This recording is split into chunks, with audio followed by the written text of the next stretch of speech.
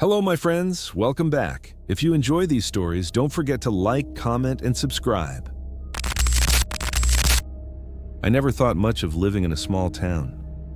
It was one of those places where everybody knew everybody, where the streets were lined with faded clapboard houses and the local diner had been the same since the 1950s. I moved to Maplewood for peace, for the kind of quiet life that city kids dream about when they're drowning in traffic and sirens. At first, it was everything I imagined: friendly neighbors, kids riding bikes in the streets, and an almost eerie sense of safety. But the thing about small towns is that they hide things that can't be explained, things that, once you see them, you can't unsee. It started the first week I moved in. I was unpacking boxes in my new house, a rickety two-story affair with creaking floorboards and peeling wallpaper, when I first noticed it, the feeling that someone was watching.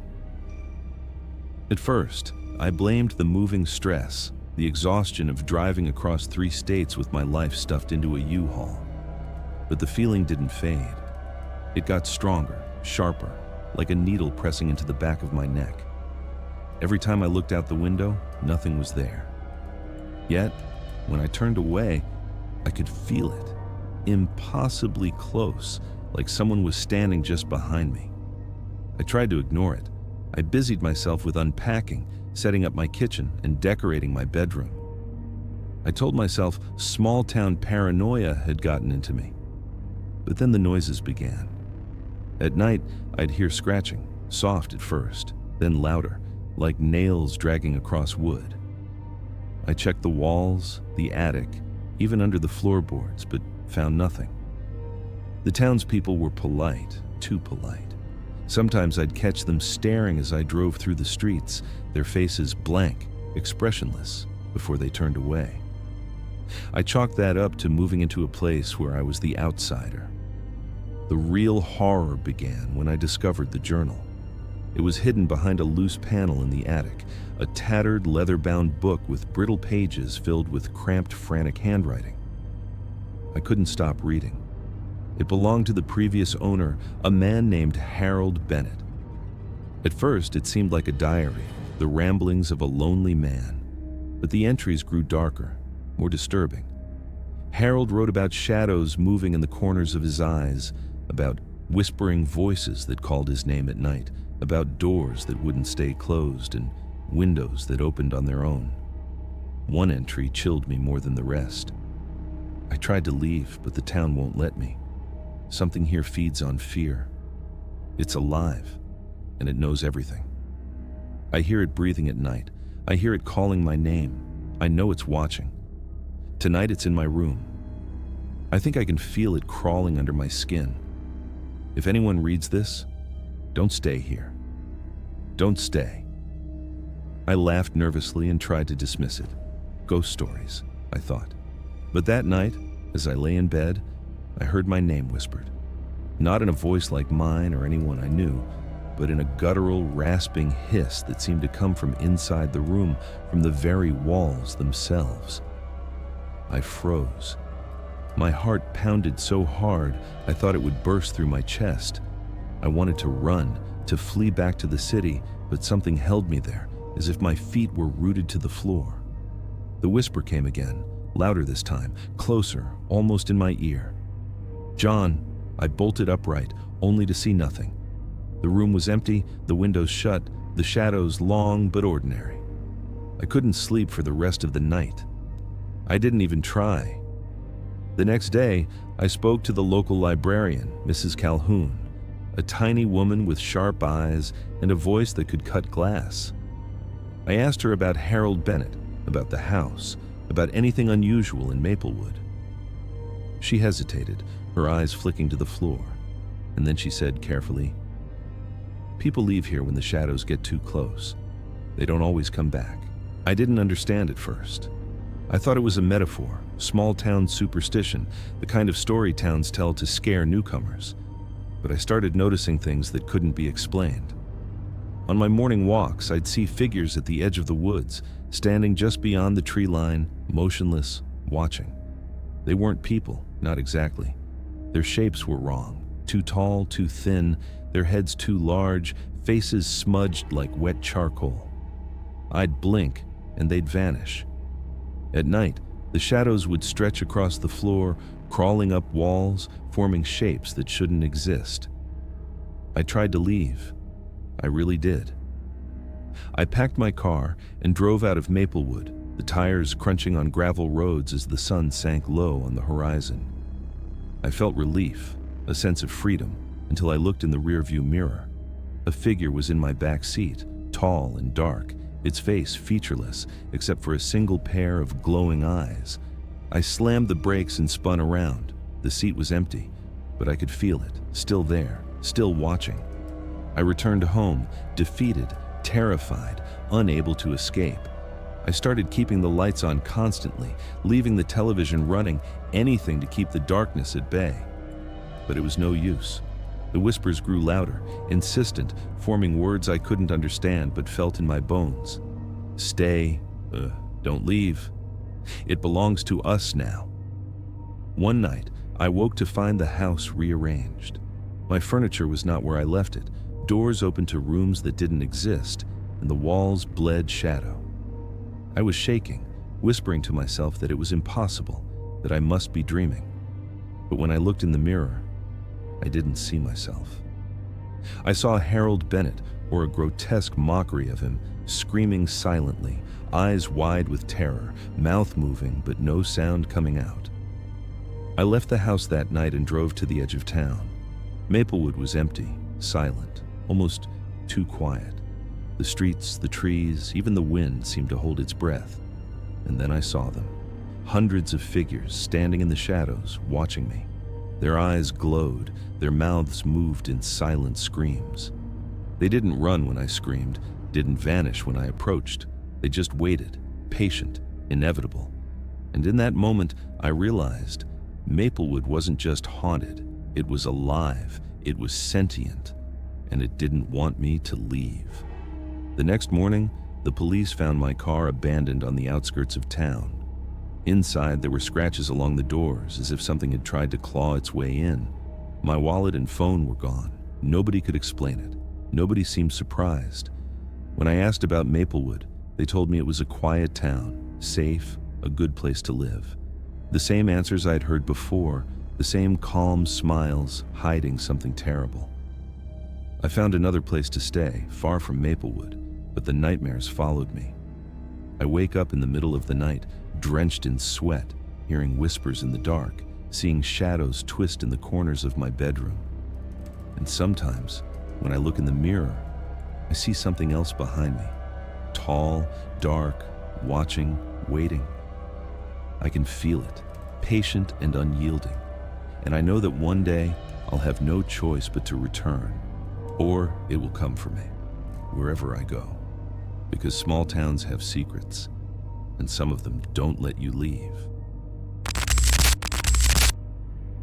I never considered myself a superstitious person.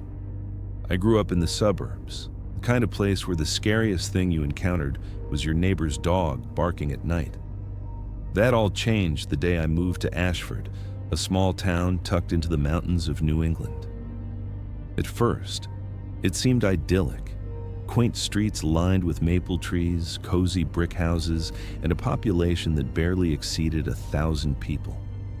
The kind of place where people waved at you from their front porches and knew your name before you even met them.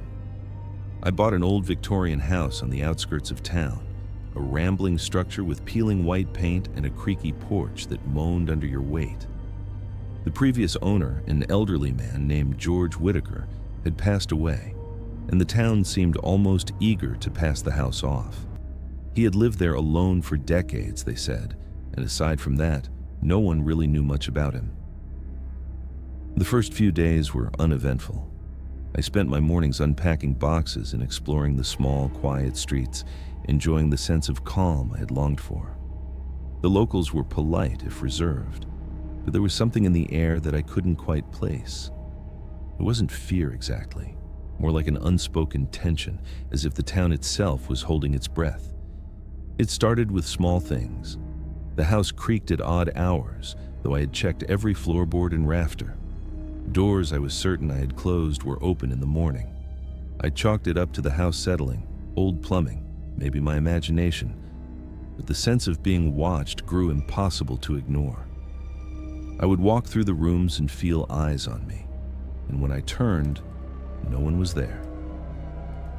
Then I found George Whitaker's journal. It was tucked into a drawer in his old writing desk, leather-bound, brittle, and yellowed with age. At first it seemed like the musings of an old man, a record of mundane daily routines. But as I read further, a pattern emerged, something deeply disturbing. George wrote about shadows that moved on their own, whispering voices that called his name, and cold figures that watched him from the corners of the room. The entries became more frantic over time. They are everywhere. I see them in the mirror, standing behind me when I wake. I hear them outside my windows, scratching at the walls, whispering secrets they want me to know. I cannot sleep. I cannot leave. They are patient, but they will come. Tonight I will try the cellar. Perhaps there is safety there. Perhaps. I tried to laugh it off, to tell myself it was the paranoia of an isolated old man. But that night, as I lay in bed, I heard it. The whisper of my own name, soft and deliberate, coming from the hallway outside my bedroom door. My heart pounded, my body frozen in place. I told myself it was the wind. It had to be. The next morning, I noticed my kitchen table had shifted slightly. My keys were no longer where I had left them. I began to dread the house. I started keeping a flashlight in my bed, a bat by the door, anything to feel some measure of control. But the more I tried to rationalize, the stranger things became. I began to see figures at night, just glimpses at first, standing at the edge of my vision. They were tall and thin, their faces blurred and indistinct, their movements jerky, unnatural. When I tried to focus on them, they disappeared. I checked the windows, the yard, the woods behind the house. Nothing. Yet I felt them, always watching, waiting. One evening, I went into town to the diner, desperate for normalcy. The place smelled of fried food and coffee, just like I remembered from my childhood. I sat at the counter, and an older man slid into the seat next to me. His face was lined and pale, his eyes sharp. "You don't belong here," he said quietly, without introduction. I laughed nervously. "Just moved in. Why would I not belong?" He studied me for a long moment, then leaned closer. "Because it doesn't let people leave." "Not really. It wants you. All of us, it wants." I smiled awkwardly, thinking he was joking. "The town? You're talking about the town?" He nodded, his voice dropping to a whisper. "Ashford. It's alive. Watch the shadows. Listen to the whispers. The people, some of them are gone, but they're still here. They're waiting." I left the diner in a cold sweat, brushing it off as a story to scare tourists. But deep down, I knew he wasn't joking. Back at the house, things escalated. I started hearing footsteps at night, pacing in the hallways, sometimes stopping right outside my bedroom door. I would hold my breath, praying they would go away, but the silence was always temporary. Sometimes, when I was in the kitchen, the smell of decay would fill the room, like something had died inside the walls. I tried to leave again, packing my car and heading down the mountain road, but each time, something stopped me. Tires sliding inexplicably, fog rolling in thicker than anything natural, shadows moving on the tree line as if mocking me. The journal became my only companion, my only guide. It warned of patterns, of times when the presence was strongest. I began to see it myself at exactly 3:17 a.m. Every night, the shadows would gather in the corners of the rooms, stretching impossibly tall, filling the house with a darkness that wasn't just absence of light. And at that same time, I would hear it, the whispers, low and insistent, calling my name over and over, promising things I didn't understand but felt deep in my chest. One night, I decided to confront it. I shouted into the darkness, demanding it leave, demanding to know what it wanted. The shadows did not retreat. Instead, they swirled, coalescing into forms I could not comprehend, faces half-formed, limbs bending in ways that made my stomach churn. One figure, taller than the rest, stepped forward. Its face was entirely black, featureless except for eyes that glowed faintly red. "You shouldn't be here," it said, and the voice was both inside my head and outside, like it was in two places at once. I didn't mean to," I stammered. "You belong," it said simply, and the words settled over me like a stone. I don't remember how I survived the night. I woke on the floor the next morning, bruised and shaking, the sunlight streaming through the windows as though nothing had happened. But the house was different. The shadows seemed to linger, moving against the light, watching. I realized then that survival wasn't enough. The house, the town, they wanted something from me. They didn't just want to scare me, they wanted to own me. I spoke to a few townspeople about leaving.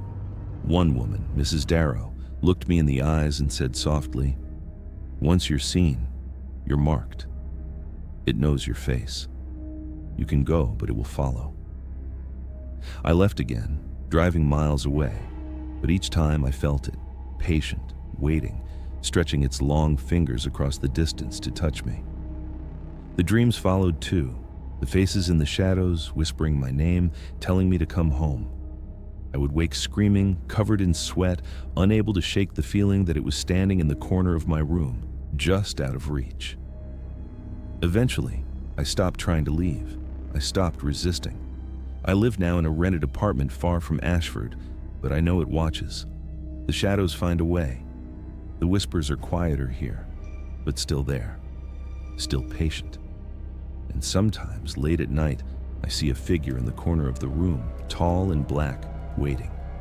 I can feel its presence, cold and heavy, and I know that one day I will have no choice but to return. Small towns have secrets. Ashford has more than most, and it doesn't forget, it doesn't forgive, it waits. I didn't plan on moving to a small town. I'd always been a city person, fast-paced, loud, predictable chaos. But after my breakup, I wanted something different, something peaceful, where I could breathe without feeling like the world was collapsing around me. That's how I ended up in Willow Creek, a town that could barely fit on a map, nestled somewhere in rural Pennsylvania. Population, maybe 1,000. It seemed perfect.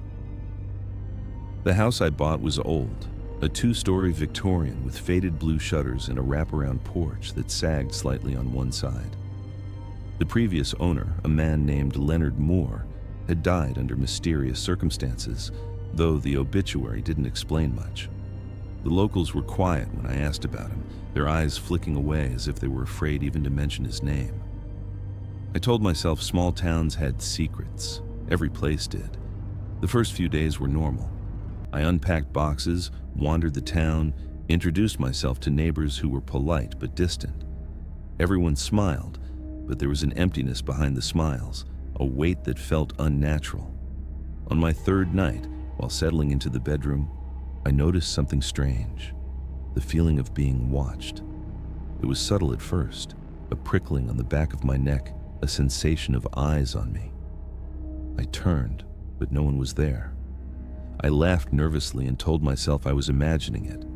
By the end of the week, strange things began happening. Doors I was sure I had closed were ajar. Items moved from their places. I started hearing whispers in the hallway at night, too soft to make out words, yet insistent enough to make me stop breathing. I told myself it was stress, maybe loneliness. I wasn't superstitious. I didn't believe in ghosts. But deep down, I knew something was wrong. It escalated when I discovered Leonard Moore's journal, hidden behind a loose panel in the attic. The pages were yellowed, filled with cramped handwriting, and the entries grew increasingly unsettling. At first, it was mundane, notes about the weather, neighbors, daily routines. But soon the tone changed. Leonard wrote about shadows that moved independently, whispers in empty rooms, and the sense of being followed wherever he went. One passage made my blood run cold. I hear them in the walls. I see them in the mirrors. The town itself watches. It knows. I cannot leave. I cannot escape. Tonight, they whispered my name. I didn't answer. I cannot answer. If anyone reads this, beware, Willow Creek. Don't come, don't stay. I tried to laugh it off, but that night, I heard my name whispered from the corner of the room. My heartbeat jumped. "Who's there?" I demanded. No response. The air grew colder. I pulled the covers over my head and prayed for sleep, but sleep never came. The following days were worse. I began seeing figures just beyond the edge of my vision, tall, thin shapes that vanished when I tried to focus.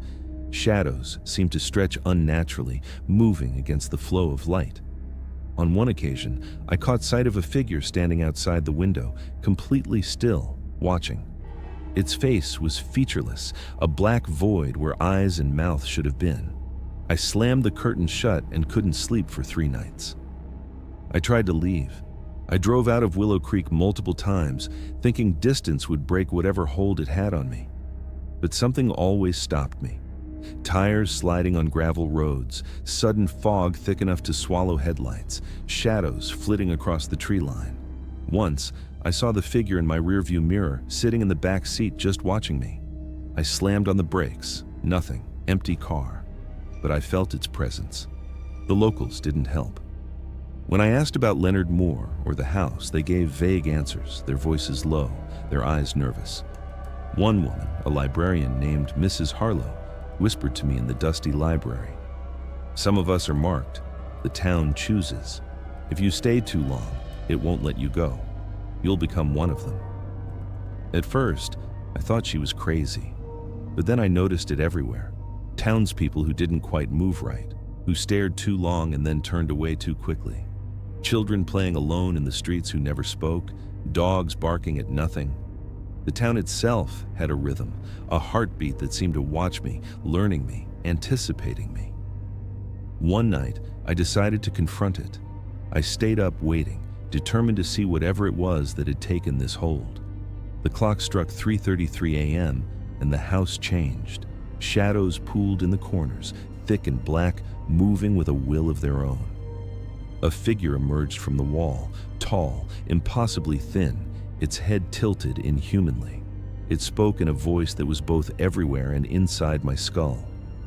"You shouldn't be here." I didn't know," I stammered, trying to keep my voice steady. "You belong," it said simply. The words were like ice in my veins. I realized then that the house, the town, it wasn't just haunted. It was alive, and it didn't want to let me leave. Days turned into weeks. I couldn't sleep. The whispers became voices, speaking in languages I didn't understand but felt in my bones. The shadows grew bolder, stepping out into the light, reaching for me. I barricaded myself in the house, but it didn't matter. The walls themselves pulsed with a presence that made me dizzy, nauseous. I stopped going into town. I stopped answering the phone. I existed only in that house, a prisoner of something I couldn't see or fight. One evening, I found myself in the attic again, drawn there like a moth to flame. The journal lay open, pages turning as if by an unseen hand. I read passages I hadn't seen before, warnings Leonard hadn't dared to speak aloud. They are patient. They wait for fear. They feed on it. Do not look them in the eyes. Do not speak their name. If you do, they take you. Once they see your soul, it is theirs forever. I felt eyes on me. I spun around. A figure stood in the corner, black and featureless, yet somehow familiar. I realized with horror that it wasn't just watching, it was inside my mind. Every thought, every fear, it knew. I couldn't move. I couldn't scream. I passed out. I woke hours later on the floor, the attic empty, sunlight streaming through the windows. I thought it had been a nightmare, but the feeling of being watched lingered, stronger than ever. I knew then that leaving Willow Creek wasn't enough. Whatever this town was, it followed you. It didn't need walls or doors. It found you wherever you went. I moved again, far away this time, but the shadows came with me. The whispers haunt me every night, even in the city, even in the sunlight.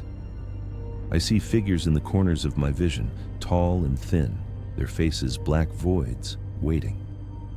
Sometimes I wake to find furniture moved, doors open that I know I closed, shadows lingering too long in the hallways. I realized the truth too late. Small towns like Willow Creek don't just hide secrets, they hold them, they keep them. And if you're marked, if you've been seen, there is no escape. You can run, but you cannot hide. The town watches, it waits, and eventually, it will take you. I live now in constant vigilance. I've learned the patterns, the signs, how to avoid the worst of it, but I know it's only a matter of time. The shadows are patient. They always win. And sometimes, late at night, I hear my name whispered on the wind, carried from the hills where Willow Creek waits, calling me back to a place that never lets go. No matter how far I run, I know I'll never be free. I didn't expect moving to a small town to feel like stepping into a nightmare. I had left the city hoping for peace, a slower pace, somewhere quiet where the world didn't press in from every side. Willow's End seemed perfect. Nestled in the rolling hills of New England, it had the charm of a postcard town. Painted clapboard houses, streets lined with maples and oaks, a diner at the center where locals gathered for coffee and gossip. The population was small, friendly, and polite, or so it seemed. I bought an old farmhouse on the outskirts of town, a two-story structure with weathered white paint and a porch that sagged under its own weight. The previous owner, a man named Carl Hendricks, had died under circumstances no one would explain. The obituaries were vague, just the usual lines about a life well lived. When I asked the locals about him, they smiled politely but quickly changed the subject. That should have been my first warning, but I was desperate to start over. The first week was uneventful. I spent my days unpacking boxes and familiarizing myself with the town. The neighbors waved politely, though their eyes held a strange wariness. Something about the way they looked at me felt calculated, as if they were measuring me against an invisible standard I couldn't see. The first unusual incident happened on the third night. I was carrying a box up the stairs when I felt a prickling at the back of my neck, the kind of instinctive warning you get before danger hits. I froze, heart pounding. For a long moment, nothing happened. Then I heard it. A faint whisper, just my name, carried from somewhere I couldn't identify. I spun around, but the hall was empty. My first thought was that I was imagining it. Exhaustion, stress. It had to be. I tried to shake it off, but the feeling of being watched persisted. Every room I entered seemed to grow colder, the shadows stretching farther than they should. I began noticing small, unsettling things. A chair I was certain I had left in the living room ended up in the hallway. A window I had closed firmly was wide open in the morning. My keys vanished, only to reappear on the kitchen counter where I hadn't left them. Then I found the journal. It was tucked behind a loose floorboard in the attic, bound in cracked leather, pages yellowed with age. The handwriting was cramped, frenzied. At first, it seemed to belong to a man who lived alone and wrote down his daily thoughts. But as I read, the entries became increasingly disturbing. The previous owner wrote about shadows moving independently, whispers in empty rooms, and a sense that the house itself was watching him. They are always watching. In the mirrors, in the corners of the rooms. If I leave the house, they follow. I can feel them in my bed. I can hear them breathe. The town is alive. It knows I cannot escape. I laughed nervously, telling myself it was the ramblings of a lonely man. But that night, I couldn't sleep. I heard my name whispered again, soft and deliberate, coming from the darkness at the far end of the hallway.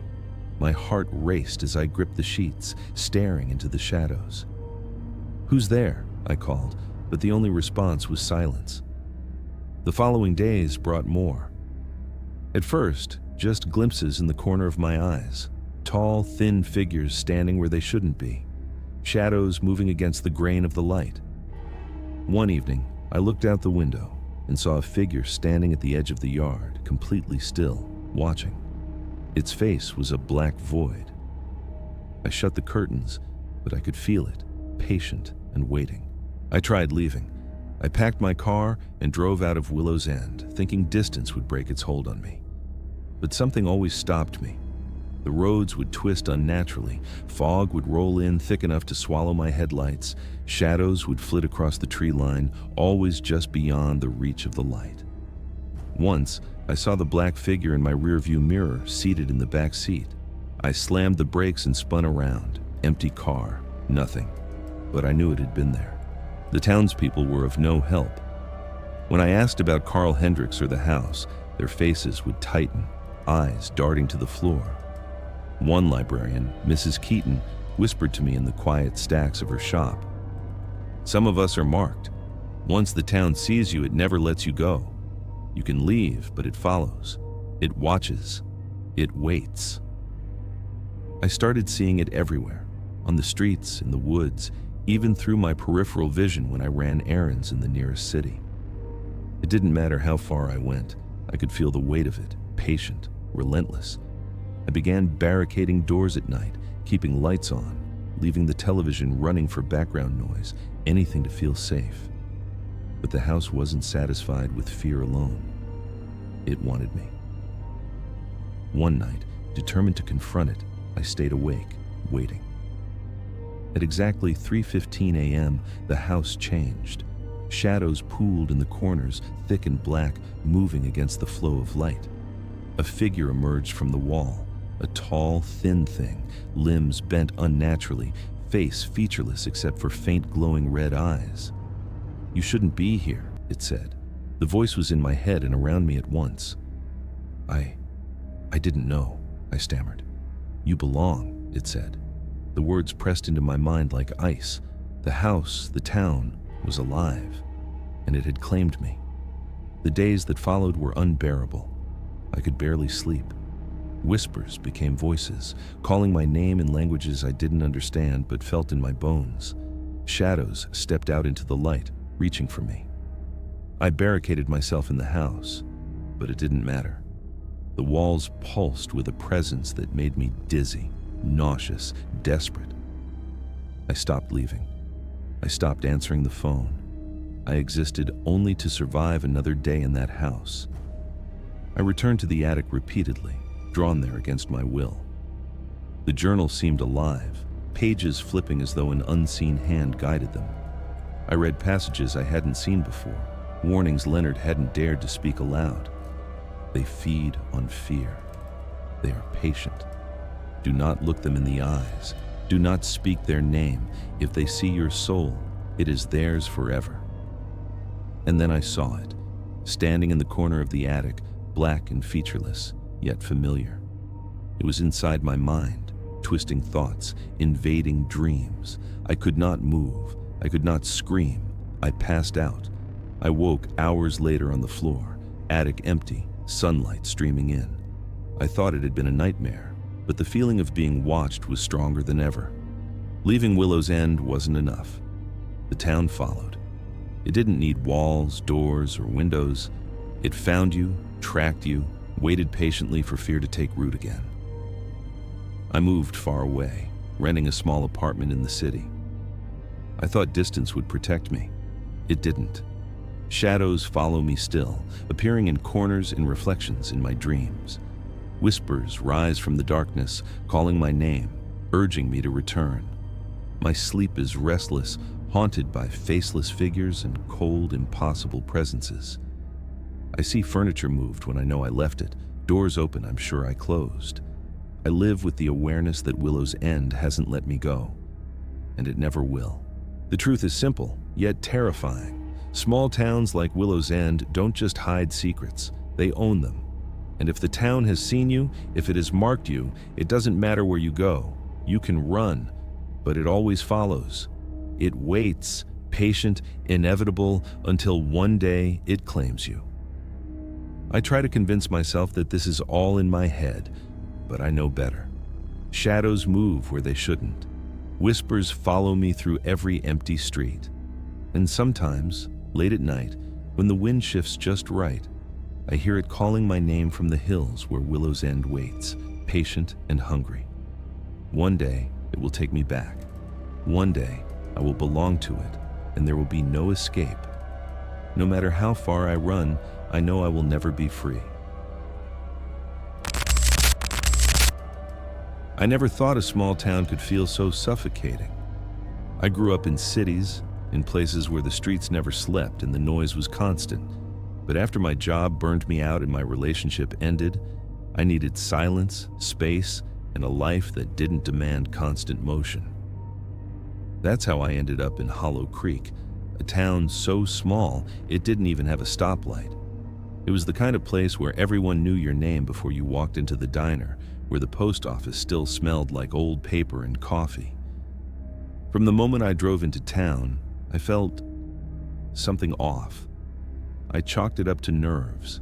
The house I rented was old, a 2-story Victorian with a sagging porch and peeling teal paint. The previous owner, a man named Thomas Bell, had died under vague circumstances, and the locals didn't talk about it. When I asked the real estate agent about the house, he smiled and said, "Some places are best left alone." I thought it was a joke. The first few days were peaceful.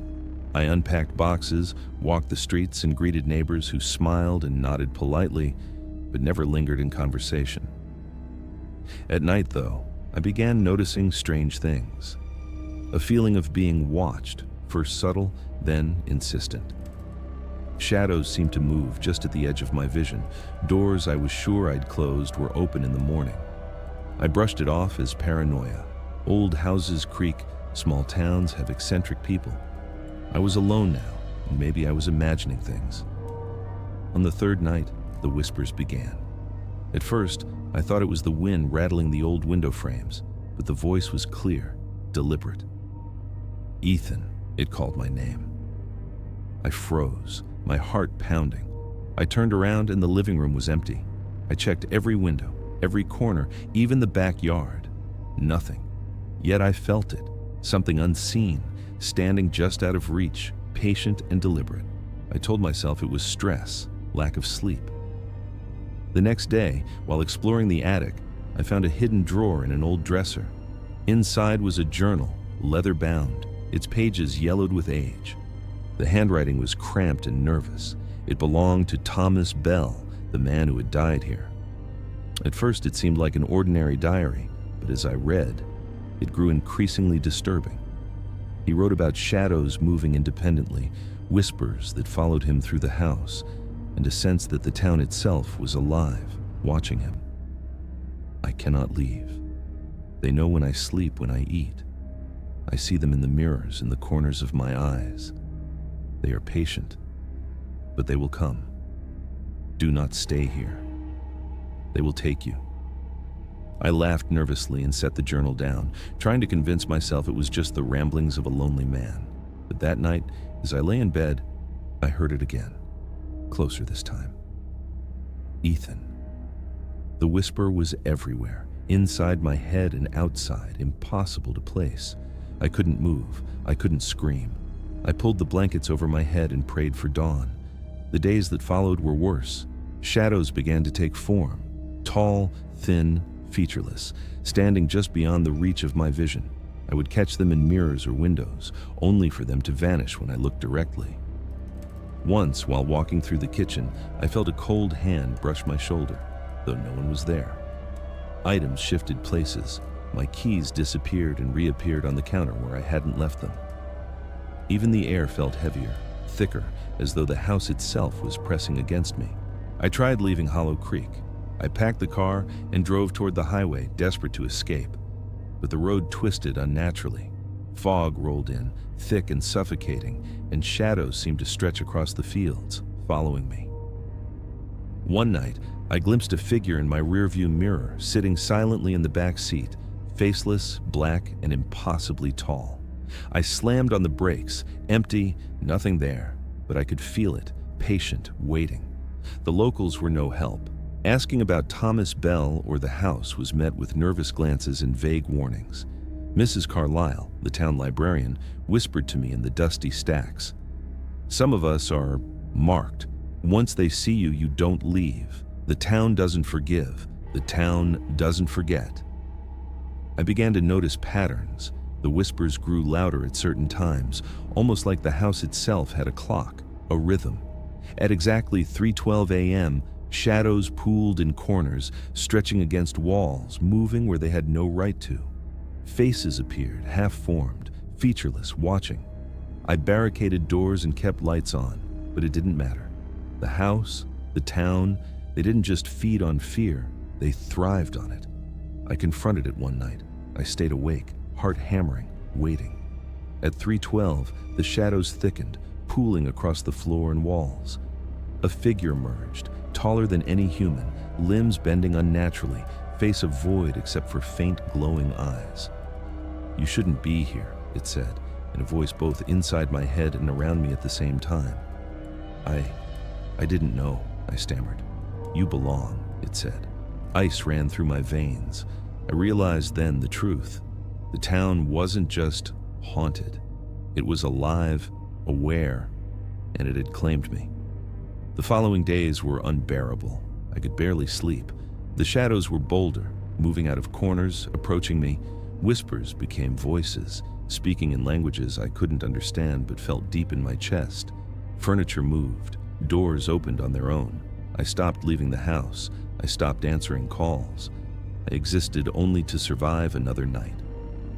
I returned to the attic repeatedly, drawn by something I couldn't resist. The journal lay open, pages flipping as though by an invisible hand. More warnings, passages I hadn't seen before. They are patient. They feed on fear, never meet their eyes, never speak their name. Once they see your soul, it is theirs forever. And then I saw it, standing in the corner of the attic, black and featureless, yet familiar. It wasn't just outside me, it was inside my mind, twisting thoughts, shaping fear. I could not move, I could not scream. I passed out. Hours later, I woke on the floor, attic empty, sunlight streaming through the window. I thought it had been a nightmare, but the feeling of being watched remained stronger than ever. Leaving Hollow Creek wasn't enough. Distance didn't matter. The town, the shadows, the presence, they followed, patient, inevitable. I moved far away, renting a small apartment in the city. I thought I was safe. I was not. The shadows appear still, in corners, in reflections, in my dreams. Whispers rise in the silence, calling my name, urging me to return. Sometimes I wake to find doors open that I know I closed, furniture moved. I exist under the weight of it, aware that Hollow Creek has not forgotten me and never will. The truth is simple. Small towns like Hollow Creek don't just hide secrets, they claim them. If the town has seen you, marked you, it follows you wherever you go. You can run, but it is patient, inevitable, and one day it will take you. I try to convince myself I'm imagining it, but I know better. Shadows move where they shouldn't. Whispers call my name. And sometimes, late at night, I hear the wind carry it across the hills. Hollow Creek waits, patient and hungry, calling me home. One day I will belong to it. One day I won't be able to resist. No matter how far I run, I know I will never be free. I moved to Red Hollow thinking it would be the fresh start I needed. After years of living in the city, dealing with endless noise, endless people, I craved quiet. Someplace I could think without being pulled in 100 directions. Red Hollow seemed perfect. A town tucked into the hills of Maine, surrounded by forests, its streets small and winding, houses with peeling paint and rusty fences. The population barely reached 600, and the locals were friendly enough to wave as I drove past. But from the moment I arrived, something about the town didn't feel right. I rented a house at the edge of the forest, a small cottage with weathered siding and a sagging porch. The previous tenant, a man named Victor Lane, had disappeared months before. No one would talk about him. I asked around. The diner waitress, a woman named Carol, only shook her head. People leave, some stay, some don't, she said, her eyes flicking toward the woods. That should have been my first warning. The first few nights were quiet, almost comforting. I unpacked boxes, walked the streets, and tried to settle in. But after the first week, I started noticing things. Small things at first, a shadow where there shouldn't be one, a floorboard that creaked under no weight, the feeling that I was being watched even when I was alone. I chalked it up to the house settling, my imagination running wild, or maybe the isolation. But then it started to escalate. I woke one night to the sound of whispers. I thought it was the wind outside, but it was too deliberate, too close. My name, my actual name, was being called softly from somewhere in the house. Evan. The voice was faint, almost intimate, and it made my skin crawl. I sat up in bed, heart racing, and scanned the room. Nothing. I checked the windows and doors, locked, silent, yet I could still feel it, eyes on me, patient, unseen. I pulled the blankets over my head, shaking, and prayed it would go away. It didn't. The next day, I tried to find answers. I went to the town library, an old brick building that smelled of dust and mold. The librarian, a stooped man named Mr. Whitaker, was helpful but nervous. When I asked about Victor Lane or the cottage, he froze. After a long pause, he whispered, "Some houses in Red Hollow. They aren't empty. Not really. They don't belong to us. And once you're in them, they notice you. They never forget." I laughed nervously, trying to convince myself he was joking, but his eyes were too serious. That night, the phenomenon worsened. I was in the kitchen, making a cup of coffee, when I saw movement in the reflection of the window. I turned quickly, but nothing was there. The shadows in the room seemed to stretch unnaturally, reaching toward me, curling at the edges. I felt a presence behind me, cold and heavy, pressing into my back. I spun around, empty. My hands trembled and I dropped the mug, shattering it on the floor. Over the next few weeks, the events escalated. Objects moved on their own.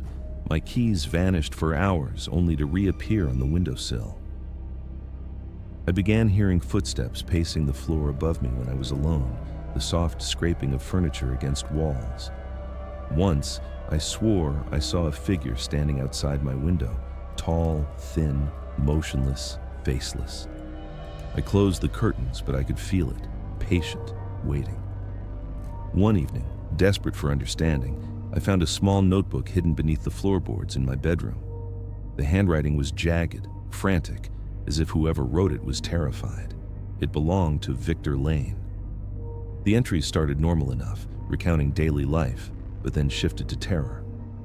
They are in the house. I can feel them in the walls, in the floors, watching, waiting. At night they whisper my name. I cannot leave. They follow. They are patient but relentless. Don't come here. Don't stay. If you stay, they will know you. And once they know you, there is no escape. Reading those words, I felt a chill that ran through my body. That night, I couldn't sleep. At precisely 2:47 a.m., I awoke to a whisper, so close it felt like it was in my ear. Evan. The voice was soft, deliberate, echoing in my skull. I turned on every light in the house, shaking, heart hammering. The shadows in the corners seemed to stretch, moving against the flow of the light. I tried leaving. I packed my car and drove toward the highway, thinking the open road would break whatever hold the town had on me. But the forest surrounding Red Hollow seemed endless, twisting roads I didn't recognize appearing where there shouldn't have been. Fog rolled in, thick and suffocating, and the shadows seemed to reach out of the trees, following. One night, while driving, I glanced in the rearview mirror and saw a figure in the back seat. Tall, black, faceless, impossibly still. I slammed on the brakes. Nothing, empty, but the sense of being watched remained. I began to notice the townspeople behaving strangely. People stared too long, then quickly looked away. Children played alone in empty streets, silent, eyes hollow. Dogs barked at nothing. The town had a rhythm, a pulse, and I was beginning to feel it. It knew me. It had already begun to mark me. One night, I decided to confront whatever it was. I stayed up, waiting, listening. At 2:47 a.m., the shadows thickened. Shapes emerged, tall and thin, limbs bending unnaturally, faces black voids with glowing red eyes. They didn't move like humans. They moved in jerks, tilting and stretching in impossible ways. One figure stepped closer, and I felt a pressure in my chest, like ice wrapping around my heart. "You shouldn't be here," it said, and the words resonated both inside my head and around me. I didn't know," I stammered. "You belong," it said. My knees buckled. I realized then that the house, the town, it wasn't just haunted. It was alive. It knew me, and it claimed me. After that night, things changed. I couldn't sleep. Shadows were everywhere, stepping out of corners, reaching for me. The whispers became voices, speaking languages I didn't understand but felt deep in my chest. Furniture moved on its own. Doors opened and closed with a life of their own. I stopped leaving the house. I stopped answering calls. I existed only to survive, waiting for the next night. I returned to the attic repeatedly, drawn by a force I couldn't resist. The notebook lay open, pages flipping as though an invisible hand guided them. New warnings I hadn't seen before. They are patient. They feed on fear. Never look them in the eyes, never speak their name. Once they know you, your soul is theirs forever. And then I saw it, standing in the corner of the attic, black and featureless, yet familiar. It wasn't just outside me. It was inside my mind, twisting thoughts, shaping fear. I could not move. I could not scream. I passed out. Hours later, I woke on the floor, the attic empty, sunlight streaming through the window. I thought it had been a nightmare, but the feeling of being watched remained. I realized then that leaving Red Hollow wasn't enough. The town followed. It didn't need walls, doors, or windows. It could reach me wherever I went. I moved far away, renting a small apartment in the city. I thought I was safe. I was not. Shadows appear in the corners, in reflections, even in dreams. Whispers rise in the silence, calling my name, urging me to return. Sometimes I wake to find doors open that I know I closed, furniture moved. I live with the awareness that Red Hollow hasn't forgotten me, and never will. The truth is simple. Small towns like Red Hollow don't just hide secrets, they claim them. And once the town has seen you, marked you, it follows you relentlessly. You can run, but it waits. Patient, inevitable. One day it will take you back, and there will be no escape. No matter how far I run, I know I will never be free. I didn't intend to stay long in Cedar Hollow. Truthfully, I hadn't intended to stay at all. The town was one of those places that didn't show up on most maps, the kind of place you drove past thinking you might stop for gas or a cup of coffee, only to realize hours later that you'd gone through it without noticing. I was on my way to a research project in Vermont, driving through Maine, when my car broke down, forcing me to spend the night. It was late, nearly midnight, and I was tired, cranky, and desperate for a place to crash. The only motel was a small, faded building on the edge of town, its neon sign flickering in erratic bursts. The clerk, a thin man with pale skin and dark, too sharp eyes, barely looked at me as he handed over the keys. "Room 7, he said, voice hollow. "Enjoy your stay." I should have left then. I should have kept driving, even if it meant walking to the next town in the middle of the night. But something, I don't know what, made me stay. The room was small, cramped, and smelled faintly of mildew and old cigarettes. I unpacked my bag, stretched, and tried to ignore the unease creeping up my spine. I was exhausted, and I convinced myself that the feeling of being watched was just the anxiety of traveling alone. I slept fitfully, waking more than once to the creaking of the floorboards and the faint scratching sound coming from the walls. The next morning, I stepped outside. Cedar Hollow looked normal in the daylight, quaint houses with peeling paint, a diner with faded red awnings, streets lined with tall oaks. A few locals moved slowly, glancing at me briefly before turning away. There was a silence to the town, a stillness that wasn't just quiet. It was deliberate, like the air itself was holding its breath. I wandered the streets trying to pass the time while waiting for a mechanic. I noticed the same odd things over and over. Doors left slightly ajar, windows that should have been locked standing open, and an unnatural absence of children. Where were the children? It was almost noon, and the streets should have been alive with laughter, yet there was only the occasional dog barking and the hum of an old truck engine. That night, when I returned to the motel, things started to go wrong. It began subtly. A knock at the door around 2 a.m., soft, deliberate. I checked and the hallway was empty.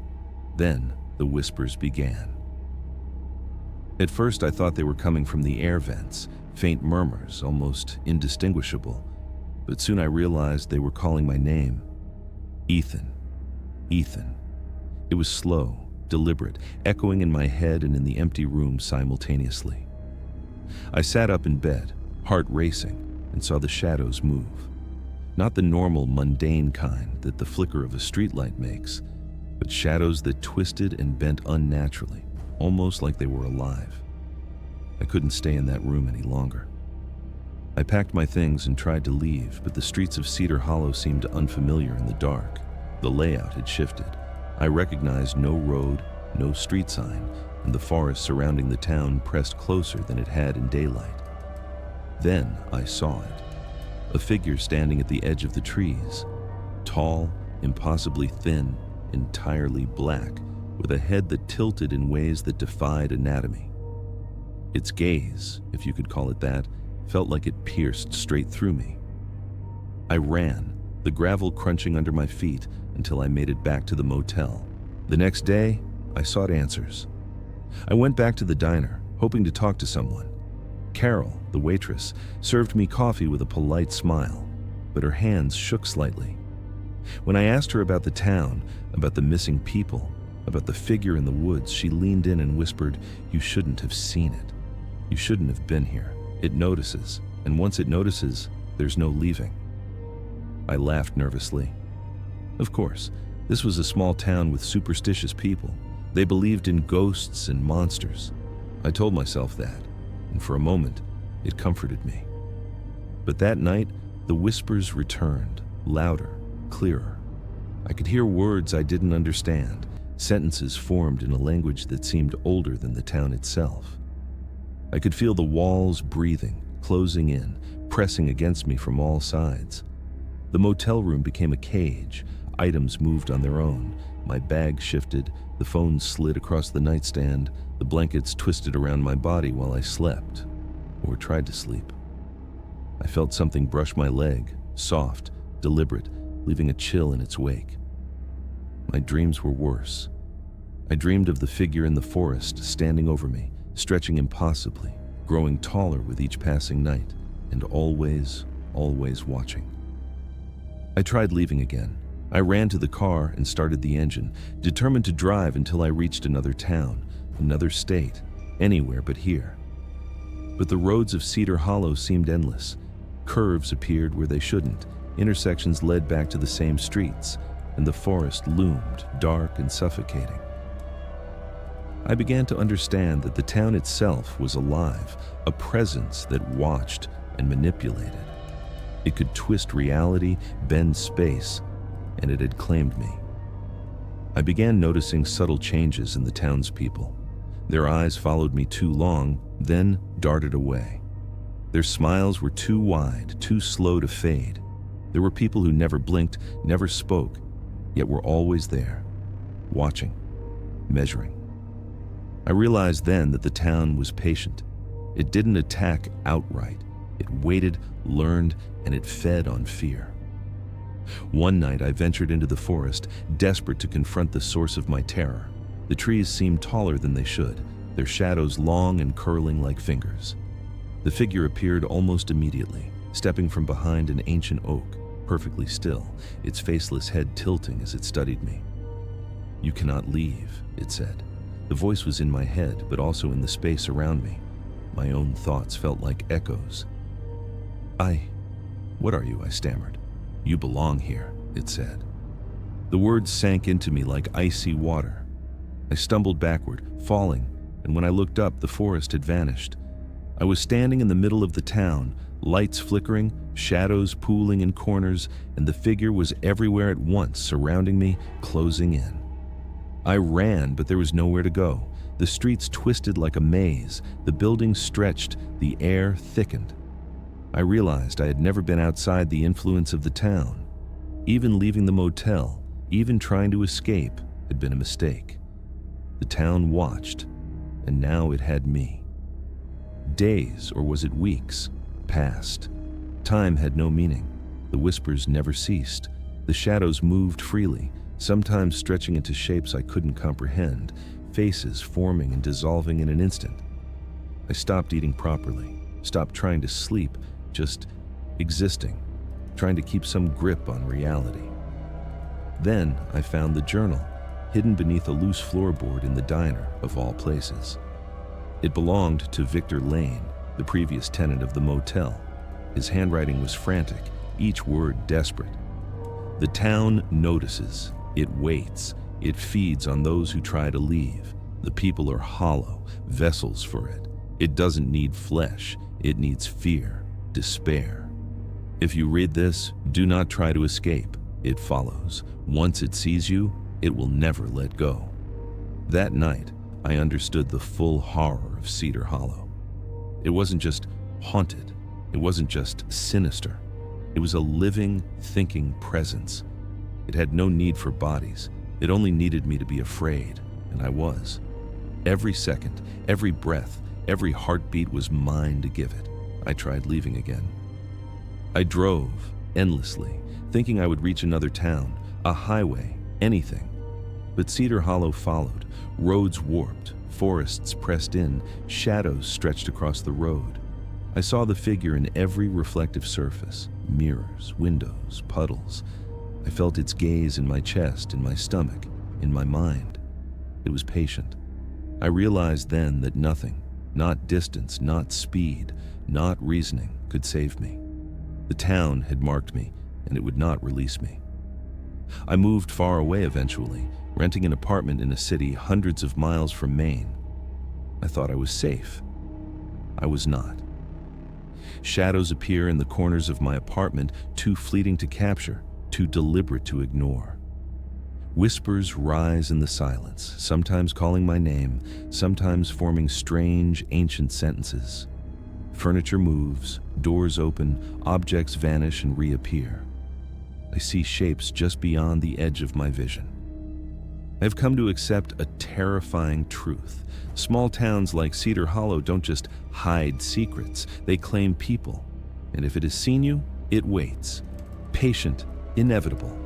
I live now under that awareness. It will come for me again. It has already claimed me in every way that matters. One day I know I will return. One day I will belong to Cedar Hollow forever. No matter how far I run, I will never escape it. I never meant to stay in Millbrook. The town was small, barely marked on any map, and I was just passing through on my way home from a work assignment in the Midwest. My car had broken down on a narrow road that wound through the dense forests of upstate New York, and night was closing in.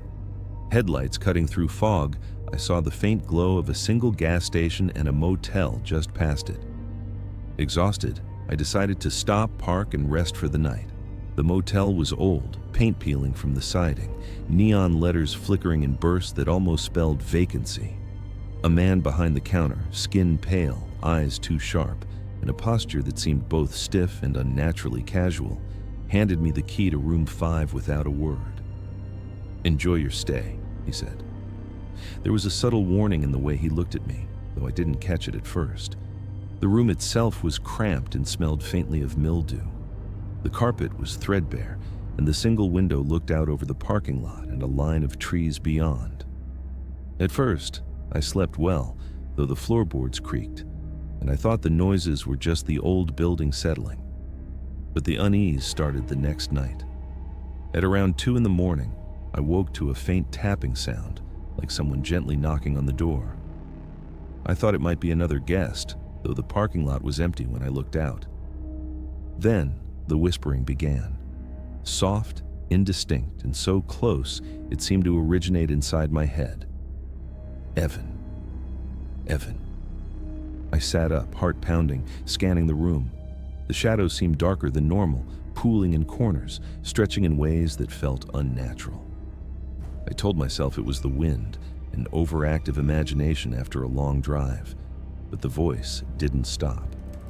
It called me again and again.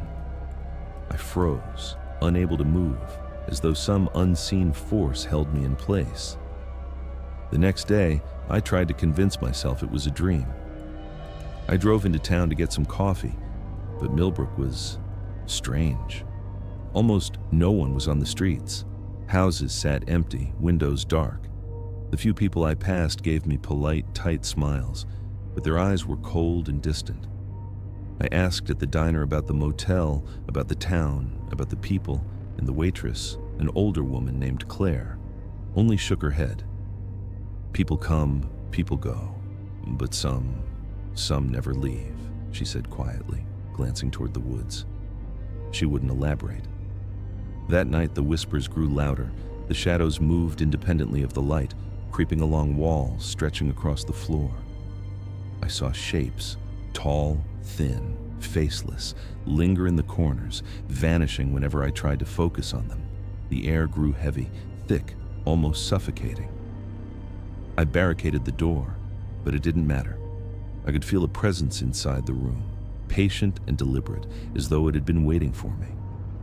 I wanted to leave. I tried to drive away the next morning, but the streets seemed to twist unnaturally. Roads I had driven only hours before no longer led out of town.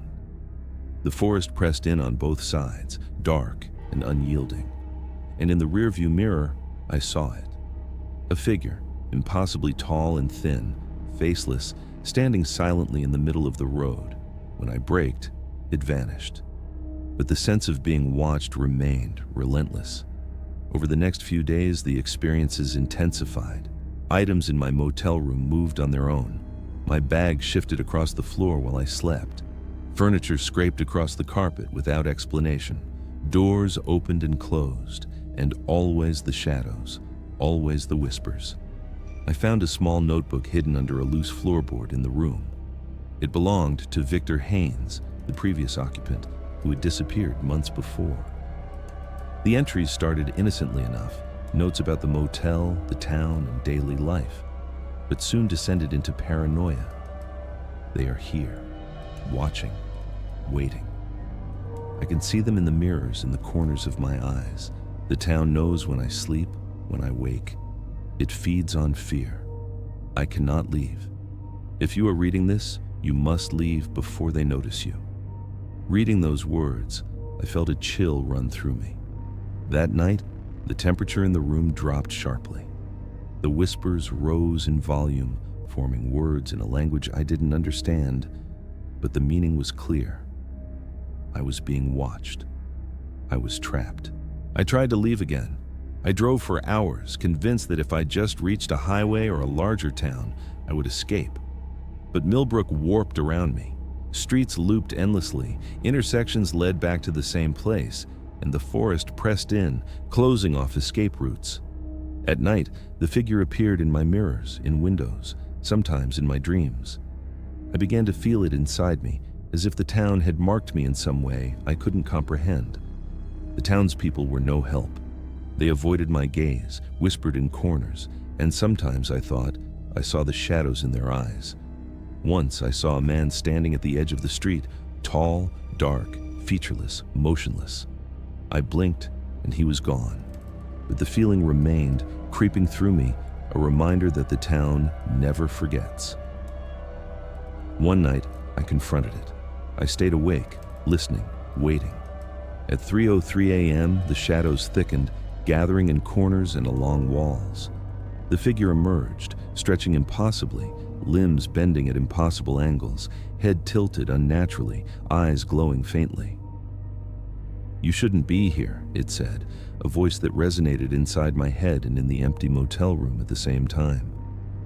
"I didn't mean to," I stammered, my voice trembling. "You belong." it said simply. I realized then that the town itself was alive. It didn't need to attack me physically. It needed only to watch, to wait, to feed on my fear. And I was already part of it. After that night, the motel room became a prison. Shadows followed me everywhere. I stopped sleeping. I stopped eating regularly. Time lost all meaning. The whispers became voices. The voices became chants. And the shadows, tall, thin, faceless, danced around me in the darkness. I tried moving again, driving out of town, but every road led back to Millbrook. Every intersection brought me face to face with the same figure. I began to understand the terrible truth. The town had claimed me, and it wouldn't let go. I began to see the town differently. Houses were not just buildings. They were alive, extensions of the same presence that haunted me. Windows were eyes, doors were mouths, and the streets themselves twisted and shifted to trap those it wanted. People were vessels, hollow shells, their consciousness absorbed into the town's will. And I, too, was becoming one of them. One morning, I awoke to find the notebook open beside me, pages flipping as though moved by invisible hands. More warnings written in a frenzied hand. It does not need flesh, it needs fear. Once it sees you, it will follow. You cannot leave, you cannot escape. The town waits, patient, inevitable. One day, it will take you, and you will belong. I tried ignoring it, tried convincing myself it was all in my head. But the figure appeared constantly. Every reflection, every dark corner, every shadow that stretched longer than it should. I felt its gaze inside me, shaping my thoughts, feeding on my terror. I eventually moved to a city far from Millbrook, thinking distance would protect me. I was wrong. Shadows appear in the corners of my apartment, whispering in a language I still don't understand. Doors open when I know they're closed. Objects vanish, only to return hours later in impossible places. I catch glimpses of a tall, thin, faceless figure at the edge of my vision. I can feel it watching, patient, inevitable. The truth is simple. Small towns like Millbrook do not just hide secrets, they claim them. And once they claim someone, the town remembers. It waits, patient, inevitable. I live now under that knowledge. No matter how far I run, I know it will find me. One day, it will take me back, and I will belong to Millbrook forever. No matter where I go, no matter how far, I am never alone. I never intended to stop in Grayson. I was just passing through, driving back from a conference in Boston, hoping to make it home to Vermont before nightfall. But the rain came first, heavy and sudden, and my car began to sputter as the engine coughed and died. I steered off the highway and down a narrow, winding road flanked by dense woods, hoping to find a place to wait out the storm. That's when I saw the faint glow of a single gas station, its pumps abandoned, and just past it, a motel with a flickering neon sign that barely spelled out vacancy. I didn't have a choice. I parked my car and went inside. The motel office smelled of damp carpet and stale coffee. A man was behind the counter, tall and thin, with eyes so dark they almost swallowed the light. He didn't smile. He didn't greet me. He just handed me a key and said, "Room 6, enjoy your stay." There was a strange weight in his words, like a subtle warning buried beneath the monotony. I nodded, paid, and took the key, though I couldn't shake the feeling that I was being studied, measured, and judged. The room was small, with a single bed, a dresser, and a window that overlooked a deserted parking lot and the dark woods beyond. I unpacked my bag, stretched, and tried to ignore the unease that had started as a whisper in the pit of my stomach. The rain tapped steadily against the window as I lay down, hoping exhaustion would pull me under. At first it did, but then I woke. It was around 2 a.m, though time felt irrelevant. At first I thought it was the wind, a branch brushing against the window, but then I heard the voice. My name, whispered, elongated. Ethan. The sound wasn't outside. It wasn't even in the room. It was inside my head, echoing in a way that made the walls seem to breathe. My heart began to hammer as I sat up, the shadows in the corners stretching unnaturally, as though reaching toward me. I told myself it was a dream, the stress of traveling, the storm outside, but the sense of being watched persisted. I couldn't sleep the rest of the night. The whispers became words I couldn't understand, the shadows twisting into shapes that resembled figures, tall, thin, featureless, faceless, lurking in the corners, dissolving when I tried to focus on them. The next day, I tried to explore the town. Grayson looked normal in daylight. Small houses with peeling paint, a diner with faded red awnings, streets lined with towering oaks. A few residents walked past me, polite but distant, their eyes cold and calculating. I stopped at the diner, hoping to get some information about the town or the motel. The waitress, a woman named Marcy, smiled politely, but there was a tension in her face. When I asked about the town, or the motel, or anything unusual, she leaned in slightly, lowering her voice. "People come, people go," she said. "But some don't leave." "Not really." I laughed nervously, assuming she was referring to old superstitions or town gossip. But her expression was too serious, too wary. That night, the situation escalated. The whispers returned, now louder, insistent, wrapping around me like a vice. The shadows in the room moved independently of the light, stretching along the walls, pooling across the floor in unnatural patterns. I felt a presence behind me, something heavy, oppressive, cold, like ice pressing into my spine. I spun around. Nothing. The room was empty. Yet I knew I wasn't alone. I tried to leave the next morning. I packed my bag and got into the car, hoping that a clear road and daylight would break the town's hold on me. But Grayson had changed. Streets twisted unnaturally. Landmarks I had passed earlier were gone. The forest pressed in, dark and suffocating, on either side of the road. And then I saw it. A figure standing in the middle of the road, impossibly tall, unnaturally thin, head tilted to one side, faceless. I slammed on the brakes. When I looked again, it was gone. The feeling of being watched lingered, more intense than before. Over the next several days, I learned the true horror of Grayson. Objects moved on their own in the motel room. My bag shifted across the floor while I slept. Doors opened and closed without reason. Even the air felt alive, thick and suffocating. I began to hear the town itself, the low hum of something alive, patient and intelligent, pressing against my mind.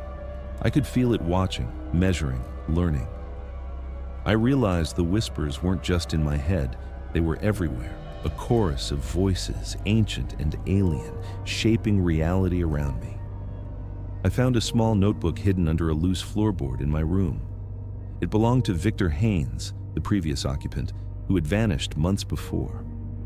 The entries began innocently enough, notes about the motel, the town, but quickly descended into paranoia. They are here, watching, waiting. I can see them in the mirrors, in the corners of my eyes. The town knows when I sleep, when I wake. It feeds on fear. I cannot leave. If you are reading this, do not stay. It notices, and once it notices, it will never let you go. Reading those words, I felt a chill run through me. That night, the temperature dropped sharply in the room. The shadows thickened, curling into shapes I could not comprehend. I tried to sleep, but my body refused. Every creak of the floor, every whisper of the wind, every movement of the shadows made my skin crawl. The faceless figure appeared in every reflective surface, mirrors, windows, puddles, and even in the darkened TV screen, staring silently. I attempted to leave again. I drove through the town, hoping to escape, but every road looped back on itself. Intersections appeared where there had been none, and streets twisted like a maze. The forest closed in. At night, the figure appeared in the headlights, standing motionless, faceless, unyielding. I began to understand the terrible truth. The town itself was alive. It didn't need to physically trap me. It could warp reality, bend space, and it had marked me. I could not leave. The townspeople became part of the horror. They avoided my gaze, whispered behind closed doors, sometimes standing silently at street corners, their eyes hollow, faces expressionless. Occasionally, I caught a glimpse of the shadows inside them, moving beneath the skin like some unnatural puppet. I realized then that the town consumed people slowly, replacing their consciousness with its will. And I was next. One night, I stayed awake, watching, waiting. The shadows thickened, pooling along the walls, stretching and twisting unnaturally. The faceless figure emerged, limbs bending in impossible angles, taller than any human should be, head tilted unnaturally. Its voice entered my mind and filled the room at the same time. "You should not be here." I didn't know," I stammered. "You belong," it said simply. And in that moment, I understood. The town was alive. It didn't need to attack. It only needed to watch, to feed on my fear, and I was already part of it. The following days, the motel room became a prison. Shadows followed me wherever I went. I stopped eating. I stopped sleeping. Days passed indistinguishably. Time lost meaning. The whispers became voices. The voices became chants. The shadows danced and twisted around me. I tried leaving, but every road led me back to Grayson. I began to feel the presence inside me, shaping my thoughts, feeding on my terror. I eventually found another notebook, this one buried beneath a loose floorboard in the diner. It was Victor's last entry. "It does not need flesh. It needs fear. Once it sees you, it will follow. You cannot leave. You cannot escape. The town waits, patient, inevitable. One day it will take you, and you will belong." I realized the truth. Grayson doesn't just hide secrets. It claims people, it marks them, it feeds on fear, despair, and isolation. And I was marked. I moved far away, renting an apartment in Boston, thinking distance would protect me. But it did not. Shadows appear in the corners of my apartment. Whispers rise in the silence, speaking in that ancient, incomprehensible language. Doors open when I know they are closed. Objects vanish and return hours later in impossible places. I catch glimpses of the faceless figure at the edge of my vision. I can feel it, patient, inevitable, watching, waiting. Small towns like Grayson do not just hide secrets, they claim people. And once they claim someone, they never let go. I am always being watched. One day it will come for me, and I will belong to Grayson forever. No matter how far I run, I will never escape it. I was driving back from a photography trip in upstate New York when my car started making a sound I've never heard before. A low, grinding whine that gradually escalated into a violent shaking. I pulled over to the side of the road, hoping it was just a temporary glitch, but the engine died completely. I looked around and saw nothing but thick woods, the kind that pressed in on you from both sides of the road, and a faint glow far ahead. As I trudged through the mud toward the light, I realized it was a town, or what appeared to be a town. The sign read, "Hallows End," in faded, peeling letters. The place seemed deserted. The few lights that flickered were weak and yellow, barely illuminating the cracked pavement. I found a small diner first. The front door creaked as I pushed it open, and inside, the air smelled like cold coffee and dust. One man sat at a corner booth, hunched over, and looked up as I entered. His eyes were hollow, and his skin had a strange gray pallor, but he smiled politely. "New in town?" he asked. "Yes," I said, trying to mask the unease curling in my stomach. "My car broke down." "You'll find a motel a little further down Main Street," he said, voice flat like he was reading from a script. "Room 3 is empty. They don't like strangers much, but it's yours for the night." I thanked him, though his words felt heavy, almost warning me. The motel was a simple aging building with a flickering neon vacancy sign. The receptionist, a thin, sharp-eyed woman, handed me the key with a nod but said nothing. I followed her gaze as I entered my room and felt for the first time the creeping sensation that I was being watched. The room smelled faintly of mold, the carpet worn thin in places, and the window looked out onto a parking lot surrounded by trees that seemed too close, their branches clawing toward the building. I unpacked quickly, telling myself it was just my imagination. Exhaustion pulled me into sleep almost immediately. I awoke in the middle of the night to a sound that made my blood run cold. It was a soft knocking, coming from inside the room. At first, I thought it was the radiator, but the sound moved, circling me, echoing faintly off the walls. Then came a whisper, so quiet I barely caught it at first. Eli. My name, drawn out and guttural, not spoken but felt, pressing into my mind like a weight. I froze, convinced it was a dream, yet the shadows in the corners of the room shifted, stretching and curling as though alive. The next morning, I tried to leave. I had to make sure my car could be fixed, but as I drove toward the edge of town, the streets didn't match what I had seen earlier. Intersections twisted unnaturally, roads looped back on themselves, trees leaned inward over the asphalt, blocking the way. And somewhere, just at the edge of my vision, I felt it watching. Something tall, impossibly thin, faceless, always there, always still. Over the next few days, the events escalated. I stayed at the motel, but I was never alone. Items in the room moved without explanation. The dresser drawers opened, then slammed shut. My backpack slid across the floor while I slept. The air grew heavy, thick, suffocating, and the whispers became words, phrases I couldn't understand but felt in the pit of my stomach. Sleep became impossible. Shadows bent into forms, faces that appeared briefly then vanished, limbs that moved in ways they couldn't. I began talking to the locals, hoping to find some explanation. Most avoided me, whispering behind doors. One man, who introduced himself as Harold, finally spoke. He said, "They don't like outsiders. Hallows End. It doesn't want visitors. If it notices you, it doesn't forget." I didn't understand. "What doesn't want visitors?" I asked. "The town.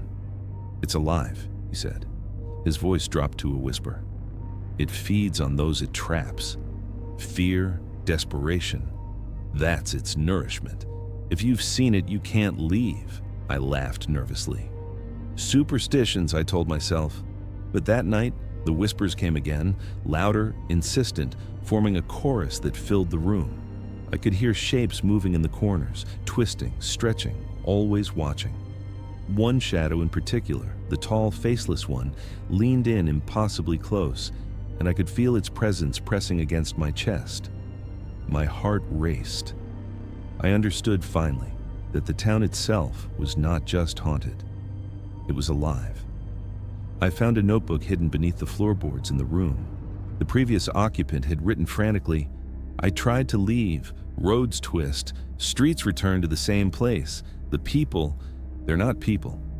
Not really. I hear the whispers in my sleep. The shadows watch. They know when I wake. They know when I sleep. I am trapped. If you are reading this, don't stay. It notices, and once it notices, there is no escape." There, I couldn't ignore it. I packed my things and tried to drive out again. The forest closed in. The roads bent unnaturally, looping back on themselves. I saw the faceless figure standing silently in the middle of the road. I hit the brakes.